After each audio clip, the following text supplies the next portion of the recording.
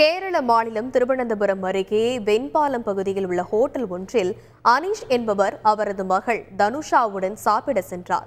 அப்போது தனுஷா வாங்கிய உளுந்து வடையில் பிளேடு இருப்பதை கண்டு அதிர்ச்சியடைந்தனர். இதுகுறித்து அனீஷ் கொடுத்த புகாரின் அடிப்படையில் போலீசார் மற்றும் உணவு பாதுகாப்புத்துறை அதிகாரிகள் ஹோட்டலில் ஆய்வு மேற்கொண்டு ஹோட்டலுக்கு சீல் வைத்தனர். உளுந்து வடையில் பிளேடு இருக்கும் வீடியோ சமூக வலைதளங்களில் வைரலாக பரவி அதிர்ச்சியை ஏற்படுத்தியுள்ளது.